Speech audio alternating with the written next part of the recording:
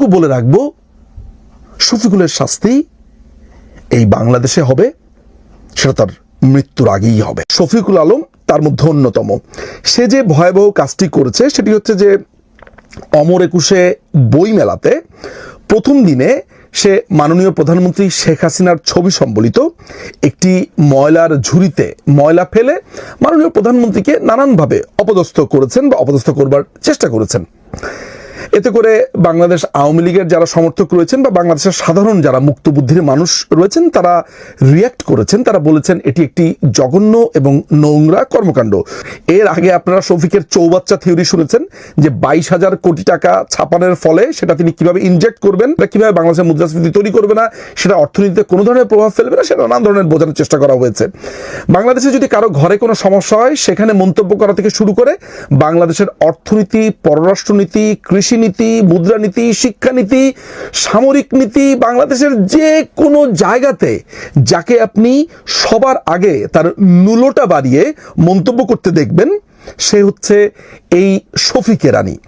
এই শফিক এরানির ধারণা হয়েছে যে সে যেহেতু ক্ষমতা পেয়ে গিয়েছে তাকে সম্ভবত সব কথার উত্তর দিতে হবে এবং ক্রমাগতভাবে বাংলাদেশ আওয়ামী লীগের সভানেত্রী বঙ্গবন্ধুর কন্যাকে নানানভাবে অপমান এবং অপদস্থের মধ্য দিয়ে সে ক্রমাগতভাবে নেওয়ার চেষ্টা করছে।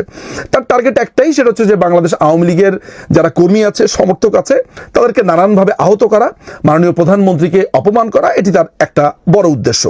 আমি যদি শফিককে একটা কথা খুব পরিষ্কারভাবে বলে দিতে চাই, সেটা হচ্ছে যে বাংলাদেশ আওয়ামী লীগ যারা সমর্থন করে তারা আমি আওয়ামী লীগ করি ওই পর্যন্ত সীমাবদ্ধ না। ওই করির মধ্যে একটা শব্দ ভালো করে মনে রাখা দরকার যে তারা আওয়ামী লীগকে ধারণ করে। বাংলাদেশ আওয়ামী লীগকে যারা সমর্থন করে তারা বংশ পরম্পরাতেই বেশিরভাগ বাংলাদেশ আওয়ামী লীগকে সমর্থন করে। ফলে এই দলটি তার একটা অভ্যাসে পরিণত হয়েছে, এই দলটি তার একটি আরাধনাতে পরিণত হয়েছে। আপনি বাংলাদেশ আওয়ামী লীগকে যদি টুকরো টুকরো করে দিতে চান, সেই টুকরো জায়গা থেকে আবার বাংলাদেশ আওয়ামী লীগই হয়ে যাবে। 1975 সালে 5টা ভাগে ভাগ হয়েছিল বাংলাদেশ আওয়ামী লীগ, এরপরে এই বাংলাদেশকেই গড়েছে বাংলাদেশ আওয়ামী লীগ। সেই সব তথ্য আপনাদের অজানা নয়। শফিককে আমি একটি কথা খুব পরিষ্কার করে বলে দিতে চাই যে শফিক হয়তো ভাবছে যে আজকে সে ক্ষমতার অধিকারী, তার হয়তো ব্যাকিংস রয়েছে, নানান ধরনের বিষয় দিয়ে সে ভেবে হয়তোবা সে তার জীবনের এই ঝুঁকি নিয়েছে। এই বিষয়ে অবশ্য আমার এক সহকর্মী, আমার এক বন্ধু নকিব আশরাফ খুব চমৎকার একটি স্ট্যাটাস লিখেছে। আমি সেই স্ট্যাটাসের সাথে পুরোপুরি একমত কিনা সেটি আমি এখানে বলছি না, কিন্তু যারা পারেন তারা সেই স্ট্যাটাসটা একটু দেখে আসবেন। কিন্তু আমি শফিকুল আলমকে একটা কথা একটু পরিষ্কারভাবে বলে দিতে চাই, সেটা হচ্ছে যে আমরা যদি এই পৃথিবীতে বসবাস করে থাকি, তিনিও যদি এই পৃথিবীতে বসবাস করে থাকে, হতে পারে তিনি হয়তোবা এক সময় এই বাংলাদেশে থাকবেন না, তাকে পলাতক জীবনযাপন করতে হবে, নির্বাসিত জীবনযাপন করতে হবে।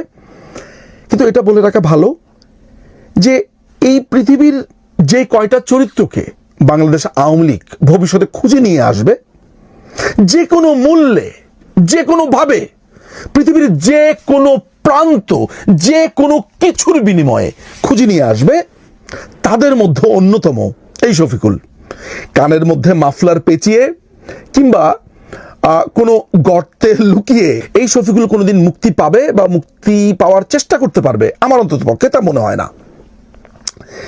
শফিকুল আলম ক্রমাগতভাবে বাংলাদেশ আওয়ামী লীগের সভানেত্রী বঙ্গবন্ধু কন্যাকে অপমানের মধ্য দিয়ে আমাদের ভেতরে যে স্ক্র্যাচ, যে দাগ কাটবার চেষ্টা করেছে, সেই দাগ কাটাতে তিনি কতটা সফল আমি জানি না। তবে একটা ব্যাপারে তিনি নিশ্চিত থাকতে পারেন যে বাংলাদেশ আওয়ামী লীগ কখনো এই শফিকুলকে ভুলে যাবে না। আইনের মধ্য থেকে পৃথিবীর যে কোনো রাষ্ট্রের সাথে বন্দি বিনিময় চুক্তি, যা কিছু প্রয়োজন, এভরি নুক অ্যান্ড কর্নার, প্রত্যেকটা জায়গা সেচে যা করণীয় বাংলাদেশ আওয়ামী লীগ তা করবে। এই কথাটা আজকে আমি খুব বড় গলায় বলতে পারি, বিকজ আমরা এটা করব। শফিকুল মনে করছে যে এই ইত্রামি, এই নোংরামি করে সে হয়তোবা বেঁচে যাবে, বাংলাদেশ আওয়ামী লীগ হয়তোবা আর কখনো ক্ষমতায় আসতে পারবে না, এটা সে ভাবছে। তার ভাবনা ভুল না শুদ্ধ সেগুলো নিয়ে কোনো আমি মন্তব্য করব না।